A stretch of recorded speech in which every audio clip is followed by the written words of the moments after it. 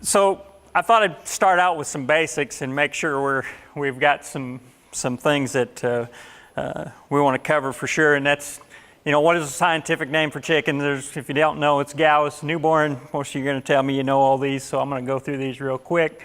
Male chicken rooster. When we examine the egg itself, I think this was talked about a little bit. Candling, very good.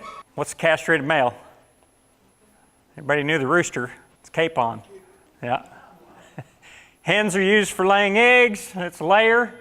Chickens are grown for meat production, broilers.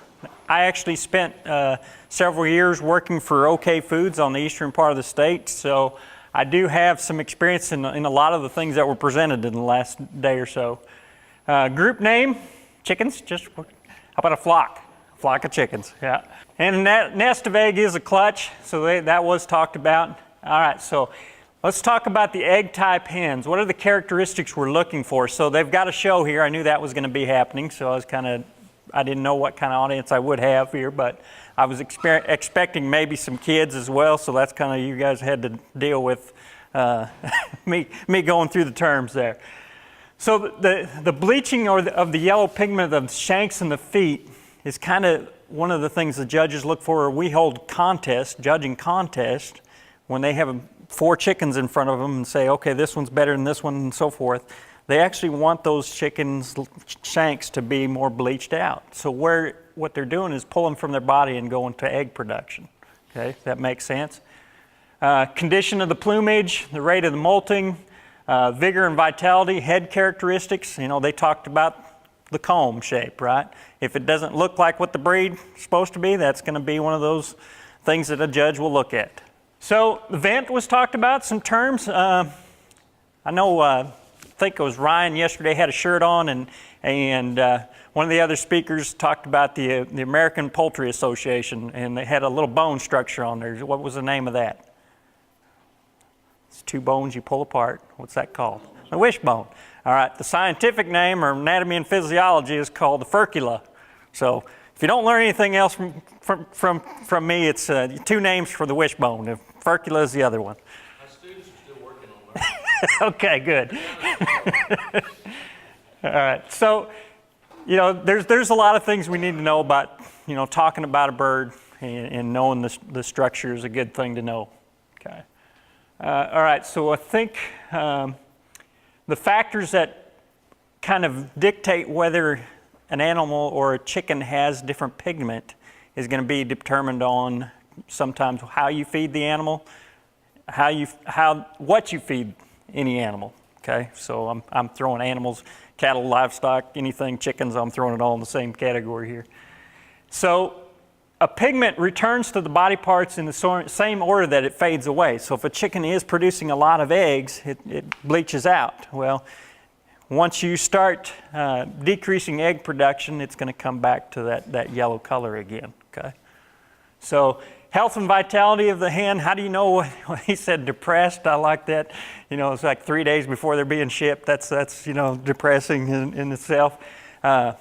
And chasing the chicken, I think a Rocky movie was he had to chase the chicken. He knew he was ready to go fight, wasn't he? So these are signs that we can tell. So that vitality of that chicken is going to be based on maybe how they come to you every day. If you're throwing out hen scratch, all right. So observations are if that one's kind of slow to come to you, you may want to keep an eye on that one bird. All right. So what? Physically, we look at the vent. What is that judge looking for to know if it's a good layer or not? Okay, so this is one thing. If the judges go out there and watch them doing the shows, they may look at this. Or in our judging contest, the kids actually pull the birds out of the cages and look at them. This is one of the areas they're going to look at in the vent. So comparison of the color of skin around the vent, a poor layer on the left versus the one on the right is a good layer. Okay, he talked about the ear. The chickens have ears, so there's the earlobe up here. And then the eye ring. And, the eyelids themselves, that was always something that always freaked me out too, because I knew they could like come out of a deep sleep and you'd see all three eyelids, versus one that you can see on a daily basis that may not be as big an issue for you. The beak, what do we notice about the one on the left versus the one on the right? So the yellow coloring on the tip of the beak is usually one that has a little more of a pore layer, so it's not producing as many eggs, versus the one on the right. We don't see much yellow at all, do we? Okay. So here's the Shanks, or as me and Barry were driving together, we were talking about different structures and paws is what we called it in the industry. There's a big demand in some countries for paws, right? And so, They're delicious. okay. Photographs showing the loss of pigment from the one on the right having had many eggs versus the one on the left has had few eggs. Okay, so typically you guys have backyard poultry. These Shanks are going to be probably a little bit more yellow colored. Sunlight dictates some of that coloring as well, and so it may not be as easy to observe as, say, in the commercial industry. So capacity or condition of the abdomen, again, what are the judges looking for on a laying hen? All right, so I don't know how this next slide, the pictures are going to show up, because it's something I need to maybe go out and find some examples and do a better job of what I've got in front of me there. But typically we want them to be wide and on the abdomen part, and then the pelvic bones are thin and flexible. The vent is moist and large and oblong in shape, so that's what you're looking for. If they're narrow, they're just not have that ability to produce the egg structures that we're normally going to want to have in the cartons, the grade A eggs. So the way that judge is going to use his fingers, and that's his measuring stick. And so instead of having a ruler, he's using his fingers to feel that chicken and determine if it's two widths apart or is it three. And then he puts his hand the other way across section of the back end of the chicken, and that determines whether it's a good layer or not. Okay, so everybody's going to go out and feel their own chickens now later on today, right? All right, so what do we see in these two chickens? So this is kind of the quiz. Which one on the right? Not as good a layer? That's the good layer. Okay, that's the good layer. Okay. So again, we do see some differences in the coloring of the structures. So physically going out there, seeing some signs, you're the best defense of seeing different maybe nutritional deficiencies and so forth. Plumage, this is probably why are my chickens not laying eggs, was what I was going to guess on Dr. Clark's presentation of his number one call, and it was high on the list, at least higher than the disease. But a lot of times I'll ask this as a follow-up question: what do your birds look like? Are they molting? All right. So, two factors considered in appraising the plumage of hens includes the condition of the feather appearance and the molting rate or speed of shedding. We want them to shed and go through a molt fairly quickly. That usually means that they're under good nutrition. Okay. Judges will look at everything, I think, is what you said, wasn't it, Christine? And so they're definitely going to open that wing up and see if they've got all the feathers and in good condition. So they're going to look at what they call the primaries, which are the numbered ones, and then the secondaries and the axil feather there that's in the middle, you see, kind of separates those two. Okay. So again, this is just a picture, handwritten, hand-drawn, compared to the one in the previous slide to kind of tell you how to look for the differences. All right, so vigor and vitality. A high-producing hen appears vigorous, alert, and quick in movement. So everything Dr. Clark talked about, if you can catch a chicken, it's probably not as healthy as you want it to be. If you're the one gasping for air, then maybe not so much. All right, head and head parts. If a hen's beak is short, the hen's eyes are bright and alert and round. Usually those are the ones that we typically see as healthy chickens. Non-producing hens, their eyes are kind of dull and sleepy. they just don't get around quite as much as we'd like to see. And of course, I don't know what your experience is, Christine, but age, does that impact? Some of them still could be fine, but an older hen may not get around quite as quickly as a young pullet, okay? Right. So I'm not going to go through many of the parts. Again, like I said, I didn't know what to expect as an audience, and maybe some youth might be interested in this presentation to take home as their 4-H project and maybe learn the parts of the chicken as well. So, all right, so they talked about it. Here's at least a slide telling you the differences in the different combs. So we've got a single comb, a buttercup comb, the V-shaped comb, and that's probably going to be one of those fancy chickens out there, right? The pea comb, rose comb, cushion comb. You can see there's different breed characteristics, and that can help you distinguish between the breeds. So maybe I didn't quite get as big a range as Dr. Clark did. Either 104 to 107 is what I pulled out of the literature, what we put down, so I may have to go back and recorrect my slide here. But variation among birds. Yep. So looks like to me I've come up with a very similar heart rate and respiration rates, so I think we're good there. And just the old expression is know what's normal. And then you'll know what's unnormal, I guess. All right, so nutrition, that's what I was told to talk about, and I figured you guys have already gotten your $20 worth on these last 2 days. I'm just a bonus to this thing. So nutrition is my background. It's more in cattle, but to me, I've got my nutrition books on every species. That's what I go off of. And I am going to show you a quick spreadsheet to maybe take home and play around with. So what building block on the screen am I missing? Which one's kind of covered up? It's the green one in the background. It was talked about today. Phosphorus. Okay, you say phosphorus? No. What do they need every day? Probably water. Thank you. Yep, they need water. So that would be one of my key points when we're in the commercial industry. If those birds are drinking water, they're eating. Okay, so water is a critical one.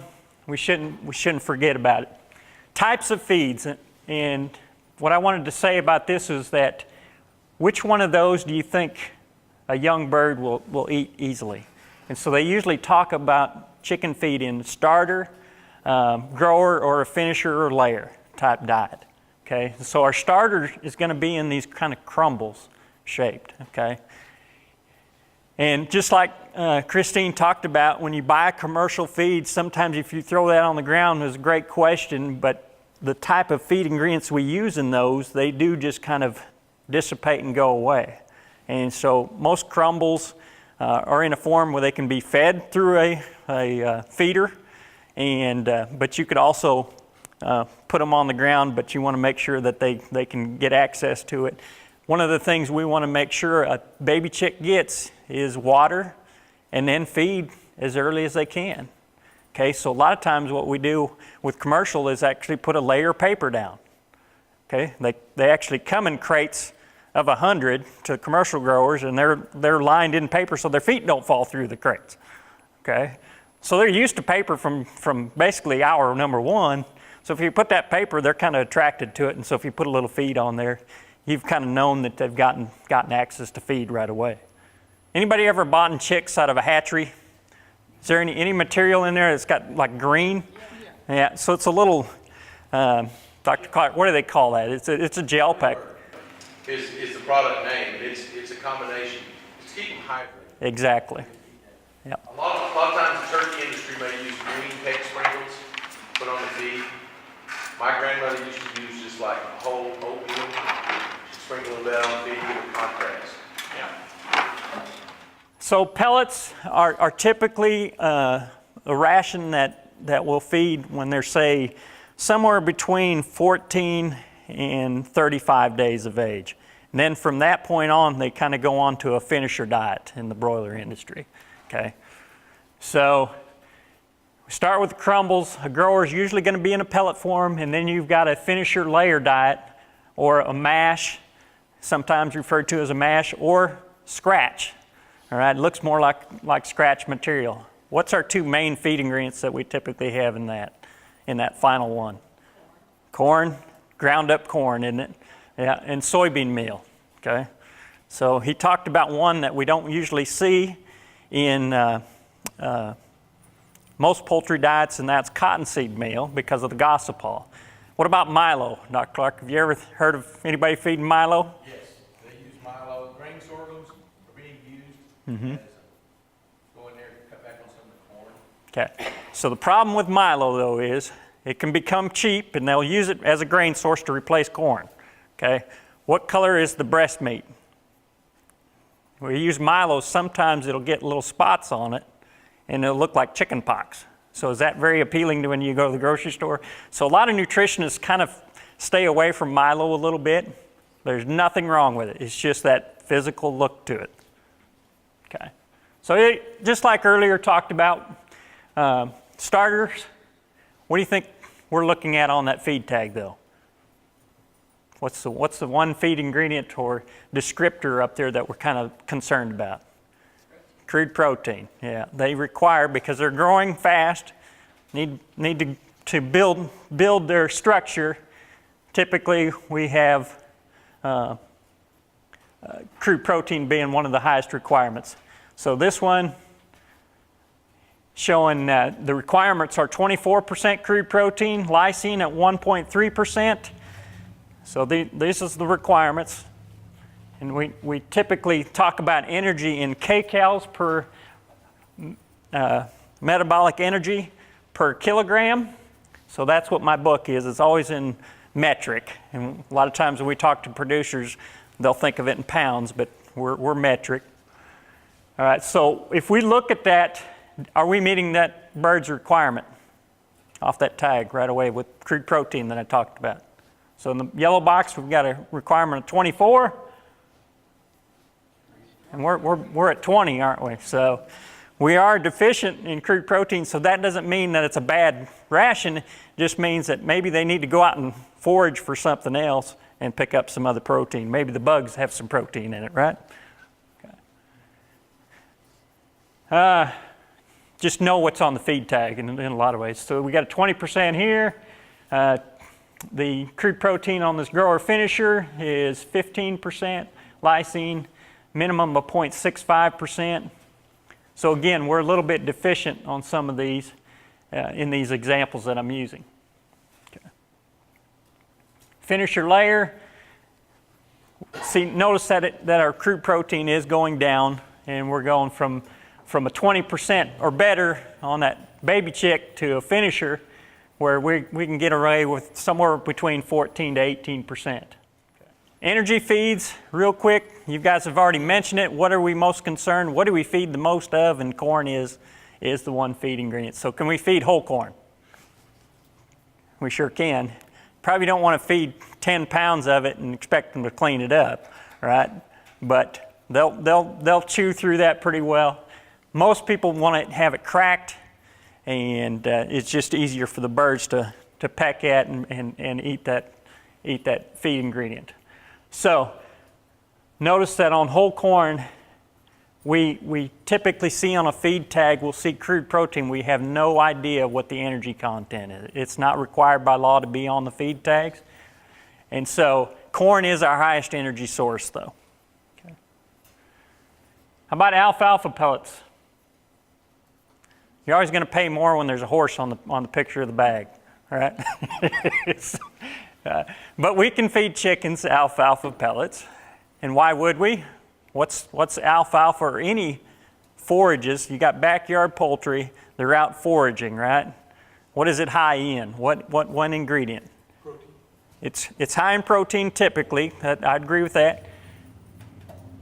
What about calcium? All right. Do we need to worry about calcium in laying birds? Yeah. So alfalfa is a good feed ingredient to use, and sometimes, I don't know if anybody watched the Purdue commercials where they're feeding them oregano and what have you. All right. They do say that a little bit amounts of alfalfa seems to have a calming effect on birds as well. So I don't know how do you distinguish between hyperbirds and calm birds, but it's one of those things that have been talked about. Okay. Oyster shells, everybody in here has probably fed that, right? Or show of hands, everybody? Okay. Anybody tried to do it in a self-feeder? Okay. My grandpa, I grew up on a farm in Iowa. He always had some kind of self-feeder, and he just made sure there was oyster shells in it. So if you didn't think that that starter ration had enough calcium in it, maybe the birds would go and get their own calcium and supplement what they needed. Okay. It's pretty small expense in feed ingredient, but look at the calcium level. What was the calcium level on alfalfa? Like 1%? Yeah. And we're at 38%, so they don't have to eat a lot to make a quick improvement. All right, so with that said, feeders, you can throw it on the ground. They've made all kinds of improvements on the feeders, the feeder types. And what are we trying to really do there? Reduce waste. Exactly, reduce waste. And so you'll see some of these feeders like here that are limiting access. They can still peck at it, but they just can't, just waller it around and kick it on the floor. Okay, and that's what we're trying to avoid. Most of the times we can find feeders like the one you see on the left through places like NASCO magazine. The one on the right, those are going to be your commercial feeder type operations, okay? So they've got a 20-ton bin of feed out there in the outside the barn, and then it's delivering it along these feed lines. Water, I've only got a couple more slides here. We can provide basically free choice water. I don't know if your level here is going to get a chicken to keep from drowning on that, but that's interesting that you had that experience. I do know these were popular early on. They kind of fill up as a float, and so that one would have a little more depth. I would be kind of hesitant on baby chicks, like you said. They could sure get wet in those. The ones on the right are going to be what we typically see in the commercial industry now. And so on day one, we want to make sure there's a little cup of water in there, that we've got water to start the birds off, but then they learn how to just peck at that nozzle, and they get the water dripping down into their gullet, okay? So this is kind of day one. That's exactly like what you see here on the right. As that bird gets older, you kind of want to have it at a height where it's at a 45-degree angle for them, okay? Day one, you're still a little bit kind of eyesight. You want to make sure they almost bump into it a little bit sometimes. So if they bump into it, water sprays out on them and they know where the water source is. So as they get bigger, it's just more efficient. And why do we do that? Less waste again, just like in the feed deal. They keep them cleaner. And a lot of times, really this little attachment here is for day one and maybe day three, and we really don't want that anymore, because you get water standing there, what happens to it? You got dust from the environment. You just got that cleanliness thing that we've all been talking about here. So a lot of times we have to flush the lines, clean those out every batch. That's what they're working on. The growers that do well take care of the little things. Okay. All right, water intake. This is kind of my experience working in the industry. We knew how many birds were in those barns, how much. They actually have monitors now to see how much on the controllers, how much water they do consume. And so in week one, a barn full of chickens would have somewhere around 17 gallons of water per day. Okay, so as they get older, they're drinking lots of water. Okay, and that's per 1,000 birds mixed sex breeds, I guess. That's what that is. All right, so let's talk about my nutrition spreadsheet. I went online, searched everywhere. I couldn't ever find one that was very good, that brings it home to a backyard poultry operation. And so I've with the help of some of my other area specialists, we've come up with this poultry ration calculator. And what was it, 2 days ago, we actually put it online, JJ. So maybe you got information for this conference on that website. It's called backyardchickens.okstate.edu. And right here, if you'll click on that, you can download this program and play around with it. So I'm done with the PowerPoint part of it. We'll just walk through a little bit of the nutrition program. Most nutrition programs are based on two things: your feed list and then the actual program where you want to kind of compare feed stuffs. Okay, so the first thing I did was go into my feed list, and you'll notice that there's some blank spots, but there's already feedstuffs listed. Okay, so I could use alfalfa pellets or alfalfa meal if I wanted to. I threw in number 3 there, a commercial layer pellet. All right. And I don't know if these prices are accurate today or not. I've been working on this program a little bit. I don't remember exactly when I started and think I'm ready to throw it out to the public.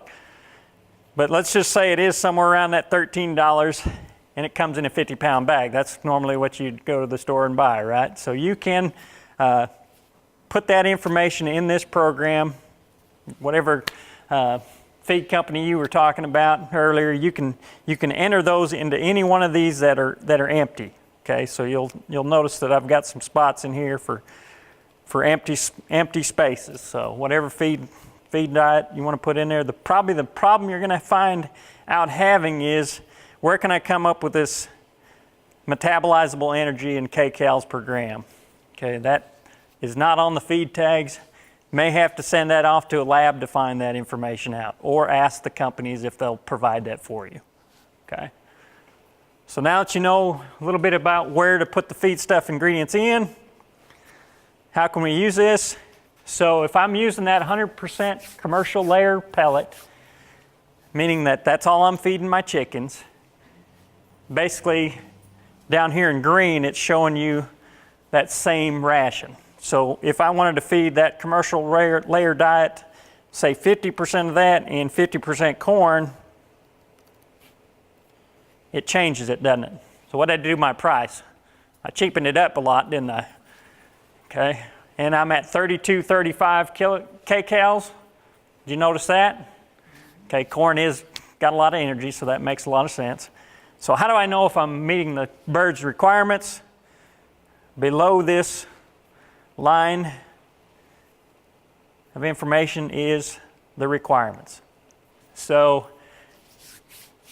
brown eggs versus white eggs, they actually do. It's kind of like a longhorn cow versus a Holstein cow. They do have different production guidelines, and they do have different maintenance requirements. Okay, so there is a little bit of difference, other than, you know, when we eat the eggs, there's not a lot of difference, is there? But there is some differences in the breeds. All right, so if we were talking about a layer and it's in that first 0 to 6 weeks, and it's a white egg-laying type bird, we needed it to have at least 2,850 calories of energy requirement, and our calcium level's at 0.9.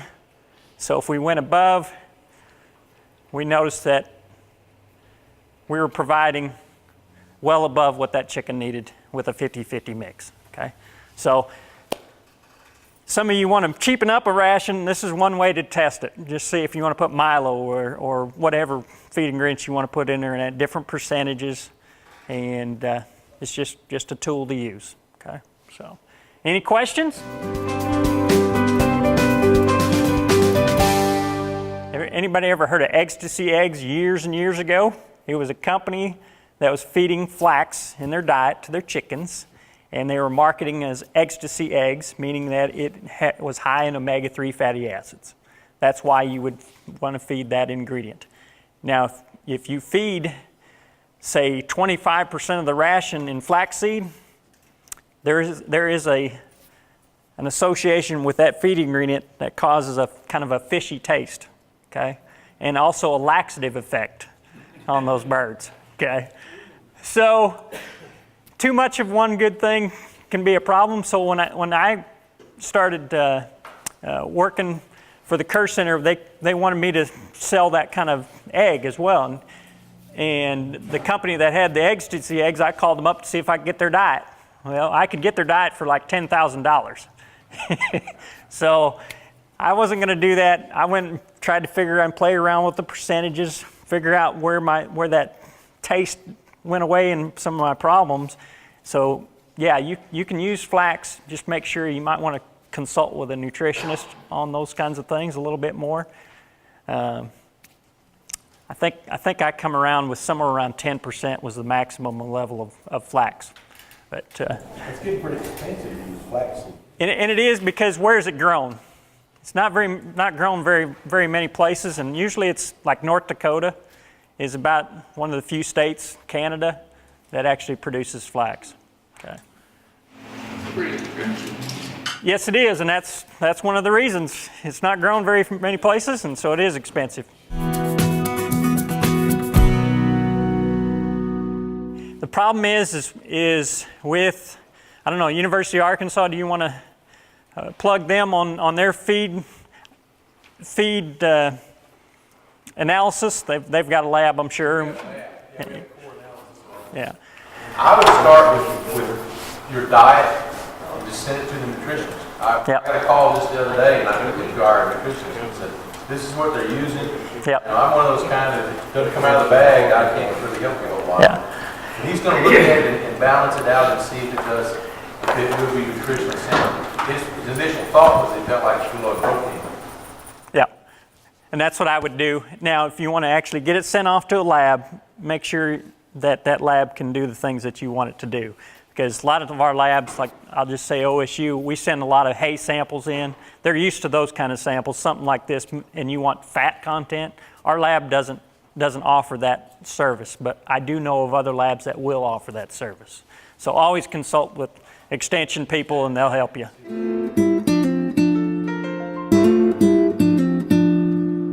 To me, the commercial feeds do a really good job of balancing a ration to try and keep people out of problems that we talked about the last day or so.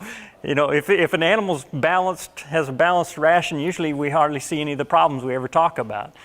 And so if that feed ingredient has enough calcium in it, meets the requirements, then the oyster shells may not be needed. And so my first thought is to balance the ration. If you need extra, to me it's so simple to go ahead and have a free choice location where you normally feed your birds anyway.